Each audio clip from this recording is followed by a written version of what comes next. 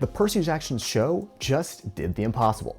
It was, how should I say this, better than the book. Character additions like Alison Simms, role expansions like Clarisse, and better foreshadowing for Percabeth, and just all around better quality, partly due to a bigger budget, just all helped the show not only adapt the book, but improve upon it. YA book fans, and especially Percy Jackson fans, are well aware of the limitations of a film adaptation. So today, I want to show why most adaptations sink, and how Percy Jackson somehow survived the very problems that should have left it at the bottom of the ocean. Book adaptations are nothing new, but for a long time they've been films, not shows. I mean, TV's only recently, like in the last 20 years, begun to tell serious and prestigious stories. It's only been with the rise of streaming that TV shows have become less like serialized shows and more like movies. But here's the thing about book to movie adaptations. The movie is usually too short, and the book is always better. I think that film is the best medium for storytelling because it's short enough to watch in one sitting, but long enough to provide a full narrative experience. So I'm not just hating on movies here.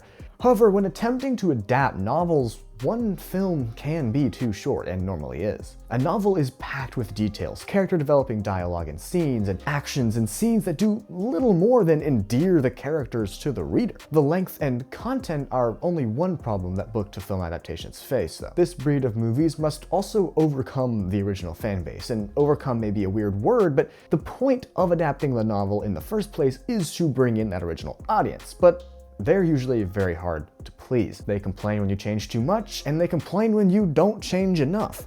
And this is the exact same problem facing live-action remakes nowadays. Choosing to remake a book into a show instead of a movie fixes a lot of these problems. Yeah, the quality of the show will vary, but the longer runtime gives the writers more leeway to adapt more scenes directly from the book, while at the same time building new scenes required for television storytelling. To me, these are all things that made the Percy Jackson show, and specifically season 2, succeed from a storytelling perspective. So with all that said, here are my thoughts of season 2 of Percy Jackson and the Olympians. The first 2 episodes actually remain my favorites from the whole season. Perhaps part of that has to do with the incredible hype I had leading into them, but I like to think it's because they encapsulated everything I liked about the show as a whole. The action was riveting, especially in episode 2 with the chariot race. I think that was probably the single most exciting sequence for me the whole season. The interplay between Annabeth and Percy was incredibly written and exceptionally acted by Walker Scobell and Leah Sava-Jeffries, who,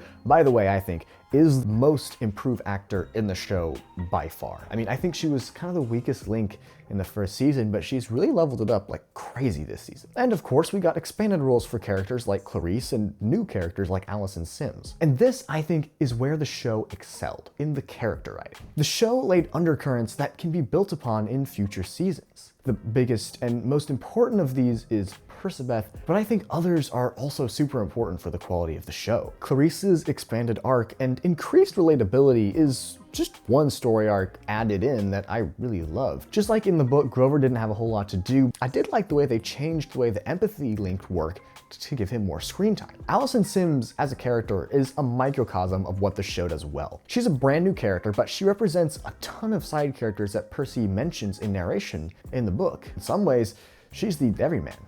Every woman. She is the generic demigod who sided with Kronos, given a face, emotions, and a personality. I ran a poll and 90% of people said that the new characters were great additions. Only 9% said that they were horrible. It's additions like this that set the Percy Jackson show apart from every other book-to-screen adaptation I've seen except maybe How to Train Your Dragon. Normally, stuff gets cut. And don't get me wrong, the show is cutting some things, but it's doing so tastefully and with narrative skill.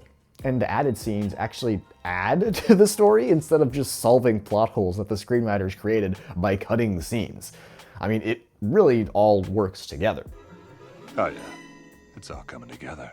Now that the show is wrapped up, I want to talk about if the show told the story of Sea of Monsters well narratively. I think the answer is yes. To me, the last 3 episodes kind of stretched the finale a little more than I would have liked, but overall the story was adapted well. All the big pieces stayed in place, all the characters kept their characterizations, except Clarisse, although I do think that was an improvement over the book. Check out my video for more. Next week, I'm gonna talk about my biggest problem with the show more in depth, but I'm just gonna mention it real quick right now. A pattern that I'm seeing from Medusa last season to Cersei this season is a justification of certain monsters. The show is trying to make them more relatable and more interesting, and while that is good quality writing, I think it takes away from one of the main themes of Percy Jackson, that good triumphs over evil. That's all I'll say for now on that, so make sure to subscribe so you don't miss next week's video on Medusa and Circe. Overall, I think that the Percy Jackson show achieved its goals and reached my highest expectations. I'll make a post about this season, so keep an eye out, but I think that Percy Jackson is my favorite TV show I've ever watched. Now, I don't think it's the best show I've ever watched, but I'm gonna say it's my favorite. Take that as you will. I fall prey to recency bias very often. I like liking things. I think it's more fun to do that. But I'm not the only one with this opinion, as Percy Jackson is actually still sitting at 100% critic score on Rotten Tomatoes, which I totally think that it deserves. Anyway, thanks for watching. I've been Judah Eyler from Truly Radio, and if you enjoyed the video, do me a favor and hit that like button. Until then, I'll see you in the next one. Farewell, friends.